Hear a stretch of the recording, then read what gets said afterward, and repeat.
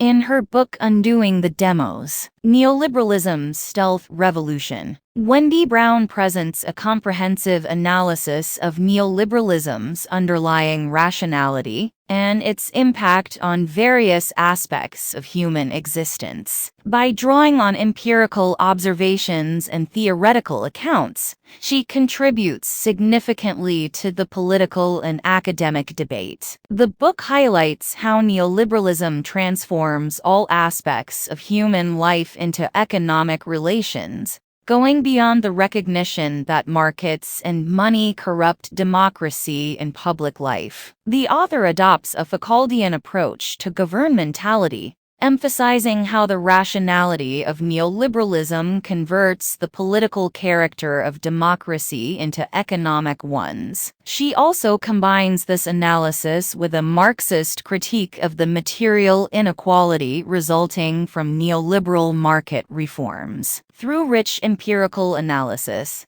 the book illustrates how neoliberalism generates economic inequality, erodes the foundations of democracy, and fosters populism instead of political and public engagement. Additionally, the author explores the concept of human capital and the subjectivization of Homo economicus, showing how these ideas reinforce neoliberal developments. The book is structured into two sections: Neoliberal Reason and Political Life, and Disseminating Neoliberal Reason. The first section focuses on theoretical aspects, while the second section examines neoliberalism through various case studies. Rather than providing a conventional summary, the discussion concludes with an epilogue titled Losing Bare Democracy and the Inversion of Freedom into Sacrifice. In the first chapter, the author challenges the prevailing view of neoliberalism as solely an economic doctrine. Instead, she argues that understanding its impact on democracy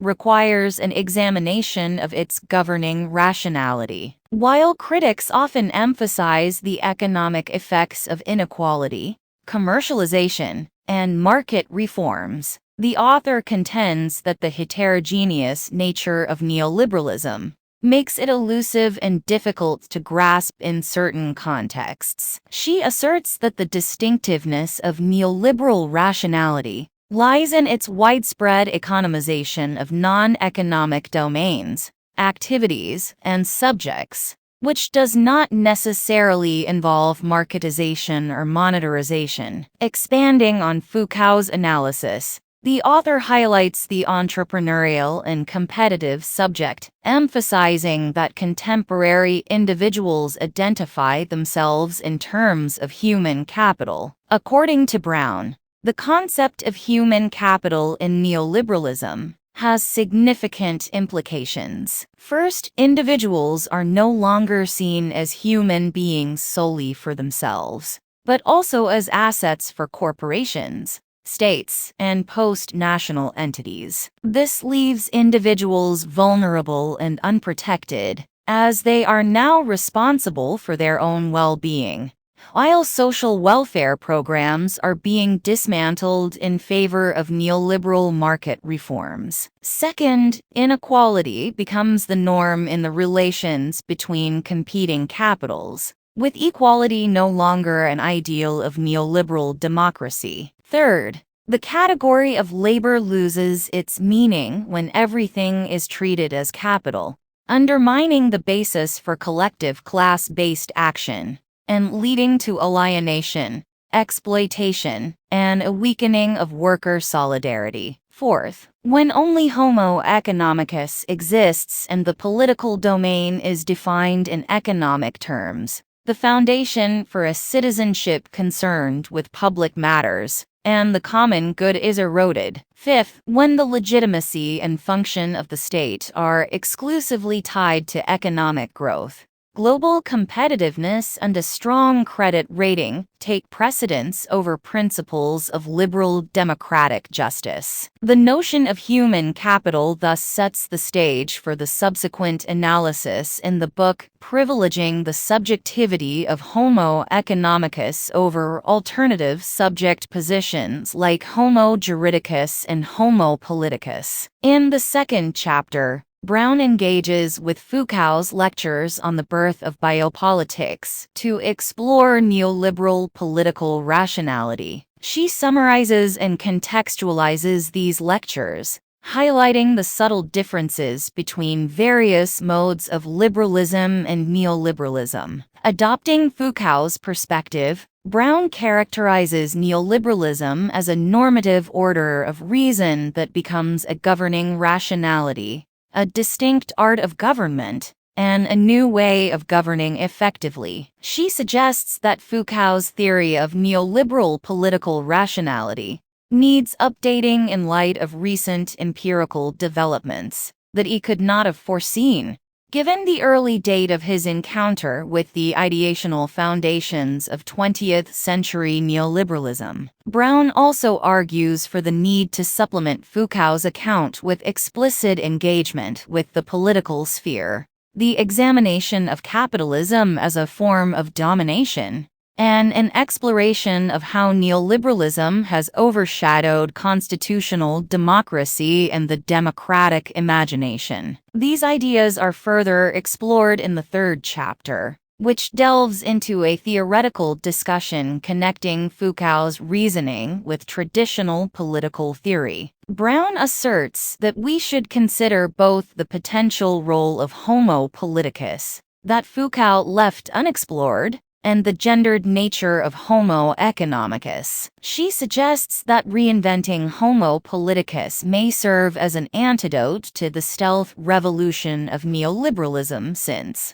while Homo economicus is highly governable, a reinvented Homo politicus is not. The second section of the book consists of chapters 4 through 6, which provide examples and case studies, demonstrating how the governing rationality of neoliberalism operates in the contemporary Western world. Brown draws connections between neoliberal governmentality and the concept of governance, arguing that while governance may appear to promote increased public engagement, it actually strips away political power and instruments. She suggests that governance separates stakeholders and governance networks from the powers and field of deliberation necessary for shared rule. Instead, it often results in the responsibilization of individuals and stakeholders, leaving larger structural political issues unaddressed. Brown illustrates these difficulties with a case study on post-war agricultural reforms in Iraq,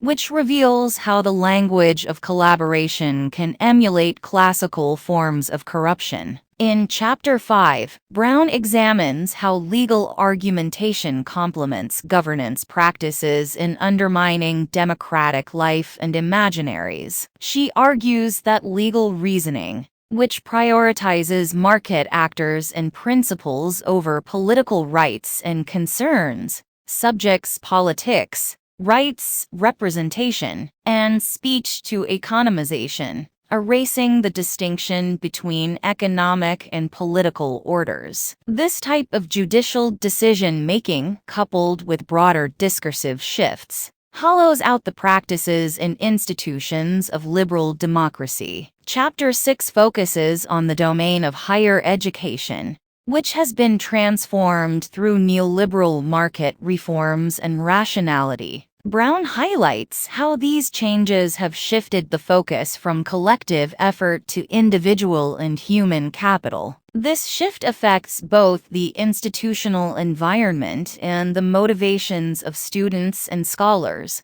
leading them to prioritize their own human capital over knowledge and the liberal arts. Brown emphasizes the importance of education in nurturing democratic sensibility, particularly in the context of complex global constellations and powers. The reader identifies strongly with the description in this chapter, recognizing the influence of neoliberal rationality in their own professional environment, and the desire to develop their human capital as a scholar. The book not only provides analytical tools for understanding the economization of political life beyond market reforms and austerity, but also prompts introspection about one's own position within the system being investigated. The epilogue does not romanticize a lost era of liberal democracy, or offer a simple solution to break free from the spell of neoliberal economization and subjectivization based on human capital. It suggests that replacing Homo economicus with an alternative subject that resists neoliberal governance would require primarily discursive changes, as even organizations and movements opposing neoliberal economic policies can still be organized by neoliberal rationality.